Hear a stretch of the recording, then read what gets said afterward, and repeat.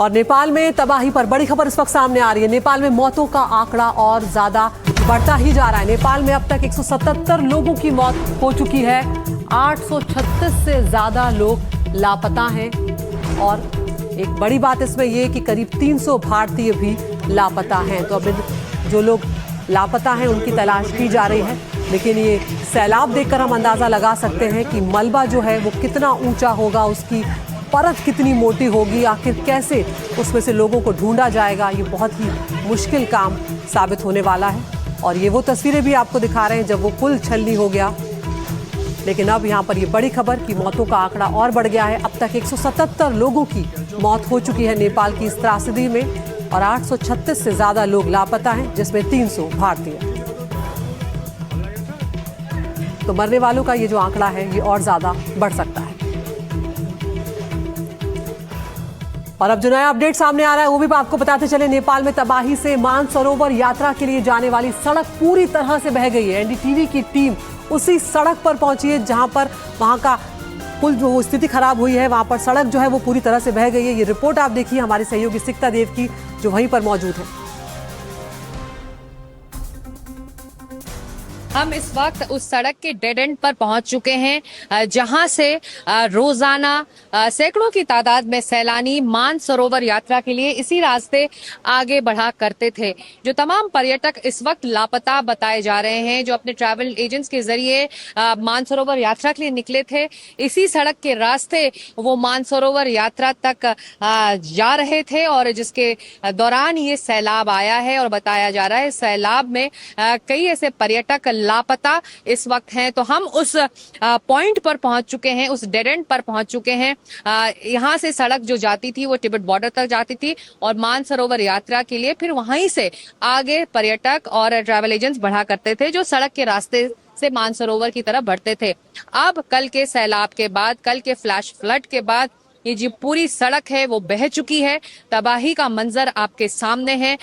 कितनी भारी तबाही हुई है कि ये पूरा जो हाईवे है तिब्बत बॉर्डर तक वो बह चुका है।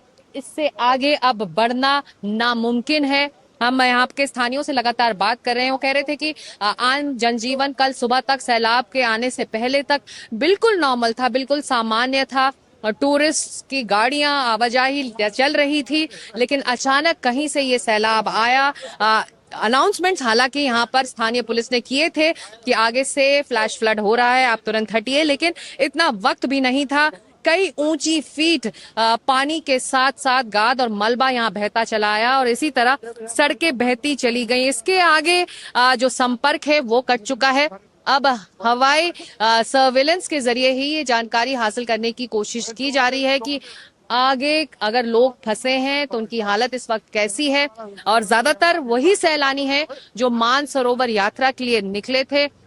ऐसे कई सैलानियों की जो लिस्ट है वो नेपाल टूरिज्म बोर्ड ने जारी भी की है, जिस पर सभी की निगाहें हैं। और नेपाल टूरिज्म बोर्ड इसको लेकर अभी कार्रवाई कर भी रहा है कि अगर आगे कोई सैलानी फंसा हुआ है या फिर ट्रैवल एजेंट्स अपने ग्रुप्स के साथ आगे फंसे हुए हैं तो उन्हें तुरंत राहत पहुंचाई जाए और उनका बचाव किया जाए। लेकिन फिलहाल इस वक्त हम पहुंच चुके हैं उस हाईवे पर जो सड़क सीधे जाती थी मानसरोवर यात्रा के लिए।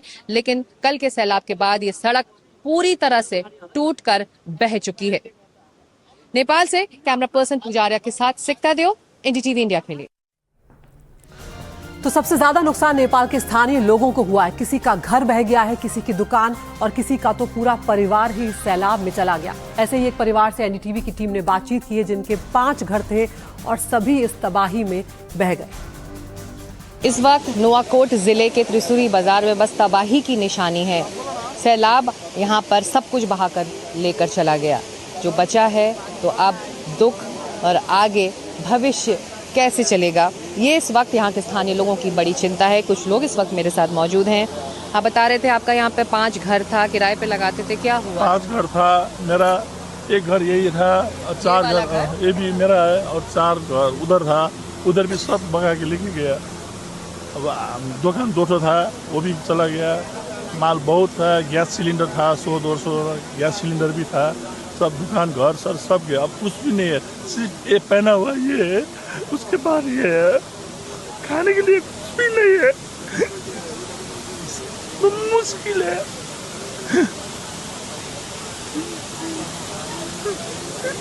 आप कहाँ थी जब कल सैलाब आया? कल हम जब तो ऊपर था, ऊपर सब ऊपर था। नीचे से वो लोग बुलाया जल्दी आओ बोल के, फिर हम कूद के आए तो इसे देखा तो पानी आ चुका था। फिर वो सीढ़ी में चढ़ रहे तो पानी आया गया सब।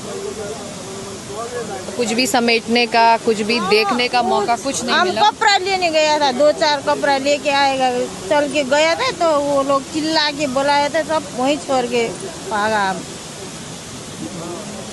आप भी फंसे मलबे में, गाद में वो आप फंसे? हम नहीं फंसता, वो लोग फंस चुका था। तब हाथ पकड़ के मैंने ताना इन लोग को, उसको भी ताना, मेरा भाई का वो भी है, उसको भी तान के गली में घुसा लिया।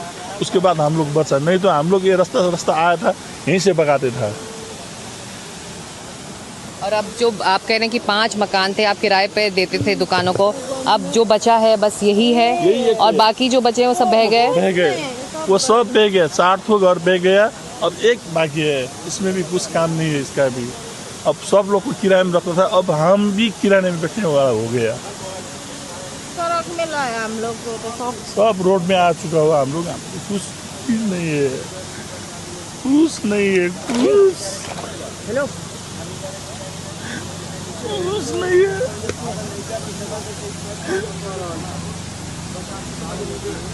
क्या करें, कि सुसाइड करने पड़ेगा, मेरे कुछ भी नहीं है। तो आप हौसला रखें, ऐसे आप बात करेंगे, आप लोगों के हौसले से ही तो ज़िंदगी आगे चलेगी। इस तरह से हौसला खोने से तो कुछ नहीं होगा। हम लोग सुसाइड करने से अच्छा होता है। सरकार क्या करेगा हम लोग को भी पता नहीं। इतना 5 ठो मकान है, कम से कम एक मकान बनाने के लिए सरकार पैसा देगा। अभी तो हम लोग खुश होता था, नहीं तो हम लोग कहाँ जानेगा। अब तो कुछ नहीं बचा कुछ है, नहीं, कहाँ जाएगा? कोई भी नहीं है। दुकान भी सब लेके गया, उतना दुकान था बड़ा, दुकान भी सब लेके गया, घर भी लेके गया, सब लेके गए। अब क्या करके खाएगा? अब छोटा बच्चा है, एक लड़की है। अब देख सकते हैं जो स्थानीय हैं, जो इस वक्त इस बड़ी आपदा का शिकार बने हैं, जिनका सब कुछ बह चुका है, इंतज़ार है किसी तरह की मदद की ताकि वो आगे की ज़िंदगी के बारे में अपने फैसले ले सकें। नुआकोट ज़िले के त्रिशूली बाजार से कैमरा पर्सन पुजारिया के साथ सिकता देव, एनडीटीवी इंडिया के। तो सुना आपने, यहाँ पर लोगों के आंसू नहीं थम रहे हैं, जिनका जिंदगी भर की कमाई चली गई, उनके पास अब कुछ समझ में नहीं आ रहा है कि आगे जिंदगी आगे कैसे बढ़ाएंगे। तो जहाँ पर तबाही हुई है वहाँ पर एनडीटीवी की टीम लगातार मौजूद है। सैलाब के बाद वहाँ पर कैसे हालात हैं, वहाँ के लोगों की हालत कैसी है, सिकता देव की नुआकोट के त्रिशूली बाजार से एक रिपोर्ट आपको दिखाते हैं। हम इस वक्त नुआकोट ज़िले के त्रिशूली बाज़ार के ठीक सामने मौजूद हैं। एक वक्त में यानी कि कल सुबह से पहले तक ये इस इलाके का सबसे बड़ा बाज़ार हुआ करता था। एनडीटीवी की टीम सबसे पहले इसको कवर करने के लिए यहाँ पर मौके पर मौजूद है। हम ग्राउंड ज़ीरो पर पहुँच चुके हैं। त्रिशूली बाज़ार की तस्वीरें किस तरह से सैलाब आते ही वो गाद और मलबे में तब्दील हो गया, ये कल से आज तक में दुनिया भर ने देखा है। और यहाँ पर जो दुकानदार रहे और जिनकी कई दुकानें थी यहाँ पर, वो बहुत मुश्किल से उन्होंने कल की रात गुजारी है। आज हम यहाँ पहुँचे हैं तो बता रहे हैं कि कितना बड़ा नुकसान हुआ है और कई सालों से वो अपनी दुकानें यहाँ चलाया करते थे। बड़ा बाजार था यहाँ पर और इस इलाके का सबसे बड़ा बाजार था। आपकी कौन सी दुकान थी और कहाँ थी, आप बता सकते हैं? हाँ, वही दुकान है, सामने जो दिखाई पड़ रहा है वो दुकान है। जो पानी बह रहा है वो 3 दुकान वहाँ था, 3 दुकान यहाँ है, 2 दुकान वहाँ। हमारा होलसेल था का हमारा। तो क्या किसकी दुकान थी, क्या बेचते थे? कपड़े का दुकान था हमारा, सब फैंसी कपड़ा का दुकान था हमारा। तो 4 करोड़ से बेसी गया है। अशोक कुमार चौरसिया के नाम से हमारा दुकान मशहूर है, यहाँ जिले में सब कोई जानता है। तो क्या हुआ कल सुबह जब दुकान खोल चुके थे आप लोग? दुकान हम खोल चुके थे, पुलिस आया कि जल्दी आप लोग दुकान बंद करिए, नदी बढ़ने वाला है। तो नदी बढ़ने वाला तो इतना ऊपर तो आएगा नहीं, कोई नहीं सोचा था। लेकिन जब 10 मिनट के बाद पता चला कि वो भोटी कोसट डैम फूट गया, तब ये पता चला कि एक धागा नहीं बचेगा। तब भागते भागते हम लोग अगर आधा मिनट भी लेट किए रहते तो हम लोग भी 3 आदमी और चल गए रहते। अभी परिवार से सब लोग सुरक्षित हैं? अभी क्या जानकारी है? अभी हम लोग 5 आदमी तो सुरक्षित है, लेकिन 2 आदमी चल गए हम लोग का। आपके भाई हैं? बड़े भाई नहीं का परिवार के हैं। आप कहाँ थे कल सुबह? हम बता गए थे एक्सरसाइज करने के लिए, दवा कराने के लिए सुबह। मेरा नाम पन्ना लाल है, पुरानी मस्जिद रसड़ा, जिला बलिया का रहने वाला हूँ। आपकी भी दुकान थी यहाँ पे? जी उधर है तो आप दवा कराने गए थे तो दुकान में कौन था? हमारा परिवार था और हमारा बच्चा था। हम लोग यूपी के बलिया जिले के रहने तो वाले क्या हैं। आपको कब खबर मिली कि यहाँ पर सैलाब आ गया? वहाँ हम लोग उधर से वापस आ रहे थे ना, तब फोन आया और सैलाब हुआ। हमारा फोन उन सब उसी में था, कागज पत्र सब उसी में सब बह गया है। इंडियन एम्बेसी का कागज वगैरह था, सब कुछ भी नहीं है। तो आपकी भाभी और आपका भतीजा बह गए हैं। आपने वो मंजर देखा? आप थे वहाँ पर? ये थे। आप थे, क्या देखा आपने? हम अपना दुकान से निकल कर भाग रहे थे, बाबू छोरा, इनका लड़का, 2 और नेपाली था, है ना, 3 जना हमारा पछारू था। हम पूरा पानी से डूब गए थे, पूरा बलुआ हो गया था। एक जना को हम कॉलर संपाते, इनका लड़का uncle uncle uncle uncle uncle uncle इससे पिया।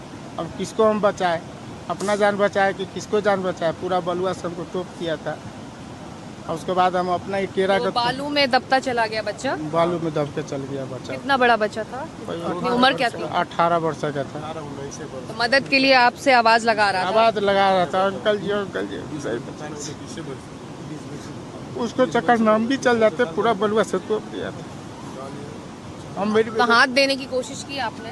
हाथ दिए उसको, हम कॉलर भी पकड़े, नहीं पकड़ा कि पकड़ में नहीं आया? पकड़ में नहीं आया उसको। खाली ये इतना लौक रहा था, अंकल जी अंकल जी अंकल जी। अब हाथ दिए कि हमारा पूरा बलुआ से अभी तोप रहा था, अब हाथे नहीं जा रहा था उसको। उसके बाद हम थरंग मांग के अपना बलुआ लुआ कर केरा के थम था ना, केरा के उसका रूख पकड़ाया। इनका भी लड़का था पैर ताना, वो भी सुबह काठमांडू जाने वाला था, नहीं गया, नहीं था वो भी नहीं रहता तो ये भी चल गए रहते। वो तो भगवान करिए कि इनका लड़का सुबह नहीं गया। दोनों आदमी के सामने था कि वहाँ पर साथ ही आगे हम लोग का दुकान है पूरा वैसे ही। तो आप लोग कितने सालों से यहाँ कारोबार कर रहे हैं? यहाँ हम लोग 20 साल से।